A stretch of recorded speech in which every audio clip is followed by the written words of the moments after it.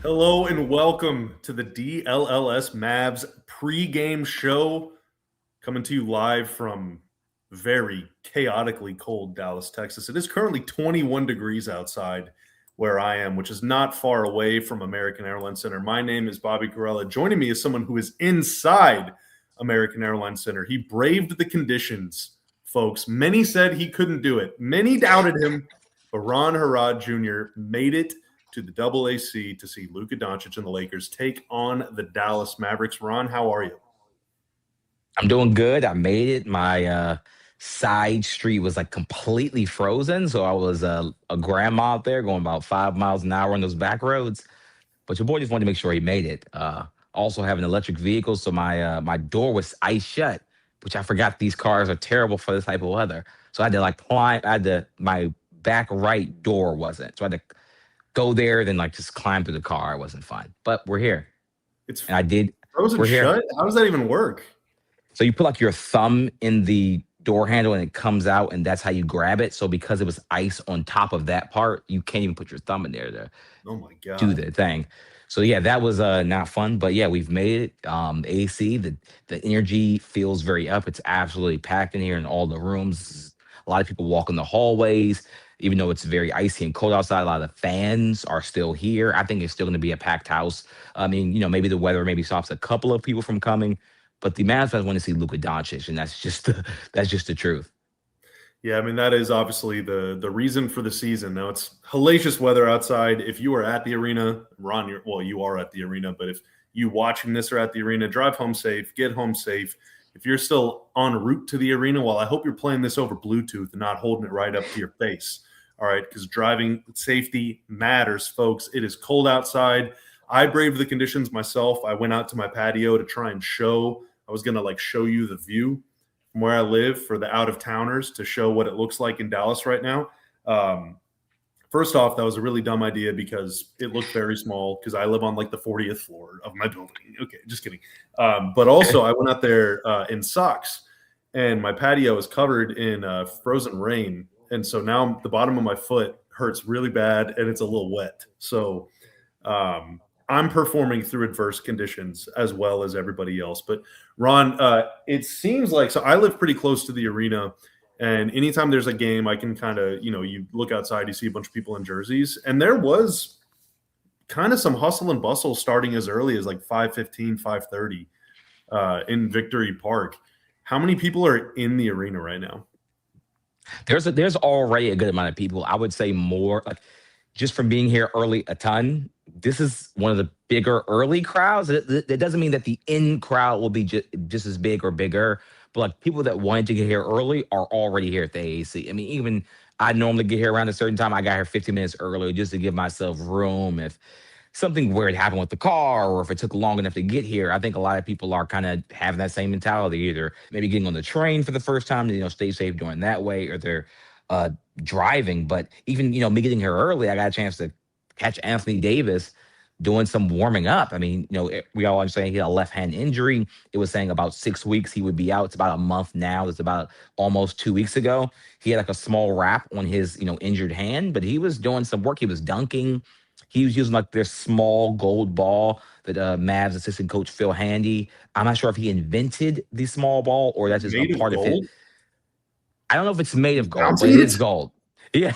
I don't know if it's solid gold, but the color is gold. But yeah, he was just doing some work. So, I mean, and Jason Kidd even talked about Anthony Davis at the press conference. Someone, I guess, also saw him warming up. He said, hey, he's doing everything to get back. I don't think that the sentiment to a lot of maybe Mavs fans is that maybe we'll never see Anthony Davis again. But it seems like if he's here, he'll be back in a month or so. Just by the way that he's already starting to do stuff on the court. Not contact stuff, but he's already starting to get back and just do stuff with the basketball. Yeah, and between that and then also, J. Kidd he's been pretty cagey about it. You've posted and written about this a little bit. Kyrie Irving's looming return. There are some that are very optimistic that said it will be after the All-Star break, which is coming up here in a couple weeks. There have been others that have said it's going to be a really long time. J Kidd has said no timetable, but we want him to come back soon, and we hope he will, but also no timetable. But I know he's trying to get back out on the floor, and he looks pretty good, but also no timetable. I mean, there is a chance, I guess, man. The Mavs have won 4 straight games. If they keep winning, I wonder if they're just going to put the pedal to the metal and say, Kyrie, AD, get back as soon as you can, and let's make a run at this thing. But I don't know. That's just but do you get the sense that there could be some hopes of early returns for those guys? It seems like, just based on what Jason Kidd says, Kyrie's going to be after the All-Star break, which is also after the trade deadline. So I think Kyrie is going to come back this season. I mean, no one has ruled him out the whole season. If he didn't play this season, it would be pretty crazy, just because no one's ever hinted towards that. Not that that's their job to hint towards people's timelines, but every time they've been asked about it, they say he's playing this season. This is around the time to expect him, while there is no timeline. Anthony Davis is already putting in work. It doesn't look like a guy to me that's trying to sit out for the rest of this season. It looks like he's coming back. If you were playing just off the rest of the season, you probably wouldn't care about warming up pregame. You probably just, be doing stuff at practice, closed doors, those kind of things. If somebody's seeing you warm up, if we've seen it with Kyrie, you want them to see you warming up. Just from my, year one on an NBA beat, it just feels like that when a player is letting the media see them warm up, they are okay with being, people taking pictures and videos. Kyrie Irving, has not wanted that to happen, which is, it's his right, his choice, but it just shows you the difference in kind of what these players want. I think a skeptic would also look at that and say, okay, well, AD wants to be photoed and videoed warming up for the 29 other teams that are curious about his health status ahead of the trade deadline, which is coming up in a week and a half. But hey, that's just speculation too. All right, let's dive into some of the nitty gritty of tonight. Quick info dump before we talk about the inevitable Luka Dončić. The Mavs coming into this one having won 4 straight games. Now, I wasn't here for the postgame show the other night, but Dallas took care of business, and y'all did a very good job chronicling all of the fun activities that took place on the court that night. Max Christie, throughout this Mavs 4-game winning streak, he's your team's leading scorer. 23 points per game on 54% from the field, 57 from 3, 88% from the free throw line, and he's plus 77, and he's only played 3 of those games. Najee Marshall, 21.8 points per game, 6.5 boards, 6 assists, if we're rounding up, which we always do, on 60, 40, 88 splits. And then Coop, 19.5 points, 9 rebounds. And Klay Thompson, 17.3 points, 48.6% from 3. Ron, the Mavs over these last 4 games shooting better than 42% from 3, which is the second best mark in the league. They look like an honest-to-goodness good basketball team right now. Are these Mavs here to stay, or is it just, hey, they played the Utah Jazz, they suck, they played the Knicks, they're like quitting on their team, they're about to play the Lakers tonight, the Lakers are in turmoil too, the way that those other teams are. I mean, are the Mavs good, or what's the deal? Yeah, so me and KG, I thought it was a good framing. We're like, if they beat the Lakers tonight, it's going to be like, oh. Like, it doesn't necessarily mean anything towards the end of the season, but it's very interesting. Like, okay, they keep beating teams over 500 now on kind of this back end. And Anthony Davis is not playing. Kyrie Irving is not playing. So that could mean one of two things. That also could mean, like, hey, maybe even without those guys, we're not as far away as we thought that we were, which I wouldn't necessarily agree with personally. But I can see how a team could get to that, that messaging. Or you could say, hey, if we do get Kyrie and Anthony Davis back, we're even closer to the top of the league, like the Thunder and the Rockets and a bunch of these teams in the West, which, again, I also might not believe that, but that's not my job. So I can see kind of how a team could convince themselves if they win a game like tonight, and they've already beat the Pistons and the Knicks, as we've talked about, and the Nuggets twice. They beat a lot of good teams this season. So, but you have the other side, Bobby, of if Luka comes in here and ends the longest win streak of the season for this team, it's just irony. That's the only word to use in a situation like that. The longest win streak this season, the Mavs look essentially the best they've looked all year without Anthony Davis, without Cooper Flagg in some of the games, and of course without Kyrie Irving. And who comes in here? The boogeyman from Slovenia. So I just think that it'd be a very ironic thing if Luka comes in here, and as the graphic says, he's averaging 33 points, 9 boards, 10 assists if we're rounding up, and the splits are amazing. Dude, and that's the thing, like, the Mavs have played pretty well. They've played pretty well over the last, 4 games, obviously, but they've put together some pretty I wouldn't say prolonged stretch, but they've looked pretty good. I would say for the last month or so. You know, they've had some hiccups along the way, but they've had some big wins, some signature wins, close losses, and a lot of that has come without AD, and it's all come without Lively. A lot of it's come without Gafford. And I just look at this thing and I'm like, man, like now I'm starting to see the vision. You know, now that a lot of these guys are out, they actually look like a pretty good basketball team. They can make some shots and, you know, all that. But, dude, that's a lot of burying the lead. Okay, we've talked about the weather. We've talked about the Mavs. But tonight is not really about either of those things. Tonight is about the fans. And tonight is about number 77, Luka Dončić. He's playing for a Lakers team that over their last 9 games, dude, they're 3-6. They're 14th in offense, 26th in defense. Big capital yikes. All right. Big bold letters. They stink right now. But I'm sure Luka's going to come in here and first off, want to put on a show for the Mavs fans.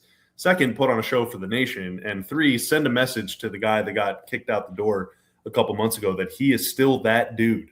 Okay. But it's just weird because like Luka is playing, his 3-point shooting numbers have been pretty bad this year relative to what he's done over the last couple of years, but we're talking by a few percentage points. But the Lakers are the only team in the top 8 in either conference with a negative point differential. So I think that really underscores how the team around him is incomplete, but Luka is still a big, giant badass. And tonight is, I mean, I'm assuming he's going to try and go for 70 tonight. Like, why not? You know, why not? What do you expect to see from him? I mean, I'm be honest. Every single time I watch Luka Dončić, I expect 30+ points. You expect 9, or I'm gonna say at minimum 8 in either the rebounding and assist category. I mean, that's just kind of the average Luka Dončić game. I think SGA. I saw a quote that he had about kind of his season and how he grows. He says like if he gets under 30 points now, it's a bad game for the SGA type of player. And I'm pretty sure for Luka, it's the same type of thing. If he's under 38 and 8, it's actually a bad game. The other team is now won. That just shows you the caliber of player that he is. But we also talked to JJ Redick, the Lakers coach, just about like the human aspect of Luka coming back. And he said he's talked to Luka early in the season, kind of just about the feeling of being traded in season. Like that's a serious thing, you know, let alone, one of the 5 best players in the NBA to kind of have that. It's something, he was still talking about as early as this season. So to come back, I think he's coming for blood. I mean, why not? Even though the quote unquote the beast and Nico Harrison is out of the AAC, even though he could come as a fan, I highly doubt it, but it's no one barring him from doing such a thing. So he might be here tonight, just not as a general manager. I think he still wants to put on a show for, Mr. Harrison, probably watching this game at home. So we got to give Prize Picks a little love here, but I want to hear from everyone in the chat. So last time Luka came to Dallas, it was last April, shortly after the trade, relatively speaking. And obviously that was a pretty emotional night for Luka. It's a pretty emotional night for the fans. It was an emotional night for us, for really kind of for everyone. It's a very surreal scene right at the end of the regular season. How do you feel tonight compared to how you felt then? Is it just as, do you think you're going to be just as emotional? Are you kind of over it? Are you excited? Are you nervous? Are you anxious? Are you kind of indifferent? Let us know how you feel. But first, again, going to shout out our friends at Prize Picks. Normally, I give my pick of the night during this segment, but I actually forgot to do that. So my official pick is that I hope both teams have fun. But I do think already anyone that I think the Mavs are going to pretty ruthlessly target Luka in this game. And I think that will mainly be Najee and Coop. So I would look for pretty big games from those guys. I don't think the Lakers have, outside of Jared Vanderbilt, really any wing defense at all to stay in front of them. Gabe Vincent is feisty, but the Mavs bully guys that are that height all the time. I mean, twice on Tuesdays. So I think Najee is going to have a really good game. And I think Luke is going to have a really good game too, because for as many, as well as the Mavs have played offensively this year, they still have a problem defending dynamic perimeter offensive players. And Luka might not be the quickest guy in the world, but that dude will score from anywhere. So I think it's going to be a pretty high-scoring game. I think the Lakers don't really guard anybody, and I think the Mavs are going to have their hands full with number 77. But we have seen the Mavs double Luka a lot. So if you do want to play Prize Picks, maybe take the more than on the Luka assists, not the Luka points. That is just a word to the wise. If you want to play, download Prize Picks, use promo code DLLS when making your first $5 lineup. Your account will be blessed with $50 in free lineups to use anytime you like. On Prize Picks, it is good to be right. So we see Fire Nico again. Let's see if fans selling that. Okay, so classic staying over at the $4.99 Super. It didn't have to be this way. Is that a line? It didn't. Is that a line from the song? I can't tell, but it really didn't. It feels like it's a line from the song. Classic staying with another $4.99. I heard LeBron saw LBJ on the freeway in, and so it was named after him. Faithful. They named a highway that would after be very me in LeBron. Dallas? That's awesome. That'd be very LeBron James. Oh, and then Luka the come Dallas back. Super. Luka come back. Man. Oh my God, dude. Yeah, and that's so thank you, Classic Stone Lover, for the supers, man. Appreciate you. Yeah, thank you. So Lone Star says he feels the same. Sarah says I'm less angry but still sad, nervous for Luka, but wanted to have a good game. Dragon's Blood says not as emotional about it, but I still miss him. Samuel says I'm over it. I want Cooper to have a great game. So it really feels like a wide range. I mean, that's like 4 comments, boom, right next to each other. They all say like vastly different things. Yeah, I mean, so the last time, which was again me watching on TV, it seemed like people were screaming for Luka every time he made a shot. And I'm just looking at my phone. I'm paying attention to everyone, but also I'm looking at Twitter to see what's going on.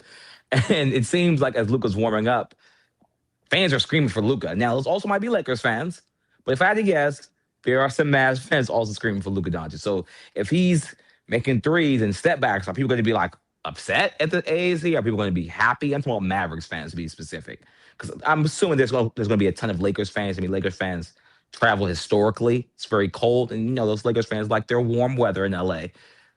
But we get a little dirty down in Dallas, a little cold, at least this week. So I'm interested to see like what happens in that way, Bobby. Yeah, we'll see. I mean, I think I wasn't in the building whenever Luka came back in April. I was there before the game, but during the game I was obviously at the DLLS Sports Studios nearby. Just from watching it on TV and seeing a lot of videos from inside the arena, it was clear that even Mavs fans, okay, so like they're not Lakers fans, they actively want the Lakers to lose. It wasn't like I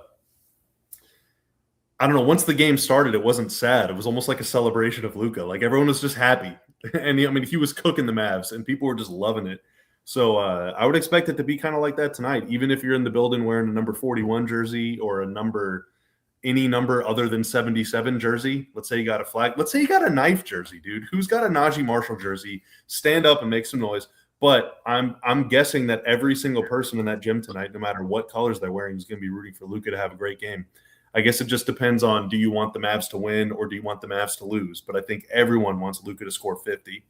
All right, let's get to the injury report. Okay, a lot of familiar names on the list for the Mavs. Okay, starting with the Lakers. Sorry, this is my first time delivering a proper injury report. Getting it wrong. For the Lakers, Austin Reeves is out with the left calf strain, and Adu Tiero, out with the right MCL sprain. So the Lakers pretty healthy coming into this one. For the Mavs, it's AD, Dante, Kyrie, Derek Lively all out. Of course, that continues. Kind of a surprise showed up. Musa Cisse out with an illness. Now he has been, and along with Miles Kelly and Ryan Nembhard, he's been listed as out with just like G League two-way, kind of like you saw that Miles Kelly and Ryan Nembhard are available for this game as G League two-way. But the fact that Musa's out with an illness and not G League suggests that he actually is sick, but the Mavs are running out of time on him. The other big surprise, Daniel Gafford is back. So while the Mavs do lose Musa Cisse, Gaff is back in the lineup. Ron, I have not seen the starters. Have you? That's part one. And part two. Oh, never mind. Yeah, I'm tweeting it as we speak. Starters, oh, okay. Coop, Max Christie, Caleb Martin, Najee Marshall, and Dwight Powell. So Gaff going to be coming off the bench. That takes us directly into the Mavs player spotlight, okay? Because the Mavs player spotlight tonight is Dwight Powell. Of course. Dwight is – dude, he's just awesome, okay? He's just awesome. You see his stats there as a starter. Over his last 6 games, he's averaging 6.3 points and 7.8 boards, shooting 81% from the field. Did you know, Ron, Dwight Powell leads the team this season in raw plus-minus. Dwight is plus. Oh, really? Or the Mavs are plus 111 when Dwight's on the floor. That is by far the best on the team. Only 3 other players are even in the positive. Can you name them? Najee Marshall? No. It's probably somebody that's on the bench. Ryan Hard? No. Ah, dang! I thought I had one. You get one more guess, and then I'm banning you from guessing. I'm gonna go Be Well. It's probably not Be Well. Brandon Williams is one. Yeah, no, Brandon Williams is one of them. The other 2 are Derek Lively the second, who will stay positive forever. He'll take that positive plus minus into eternity. And then Jaden Hardy, actually the second best plus minus on the team, 36. Shout out Jaden Hardy. But Dwight's just been good, man. What have you? This is your first year on the Mavs beat. What do you think about Dwight after watching him play now? How do you feel about him? It's someone that I watched a ton of Mavericks like with the Luka characters. Who doesn't, right? Who didn't like Kyrie Irving growing up? And I was probably on some of the Mavs fans. So I'm like, man, this Dwight Powell, they got to upgrade that center. But now coming here and like watching all the screening and the rebounding and the diving and the elbowing and the taking a shot to the face and the groin. Like every center that want to do that. That DeAndre Ayton, people probably think, oh, DeAndre Ayton is a better center than Dwight Powell. He does none of the actual center things better than Dwight Powell. In a very funny journalistic way of saying that. But Dwight Powell wants to do all the dirty stuff versus DeAndre Ayton wants to do absolutely none of it. So I think he's just a really good player. And to be honest, I would keep starting my center. I'm glad, even with Daniel Gafford back there saying, hey, we're going with Dwight Powell, man. He's just been a better player this season. Let's just I understand that Gafford's a higher paid player, but in their roles, if these are your 2 bigs that are healthy, I would start Dwight Powell. I would bring Gafford in as a different type of player off the bench. There's just a lot of value in having a guy now that the Mavs do have, Coop is pretty established and Najee is just on a pretty all-time heater right now. So you have 2 guys that can get their shot.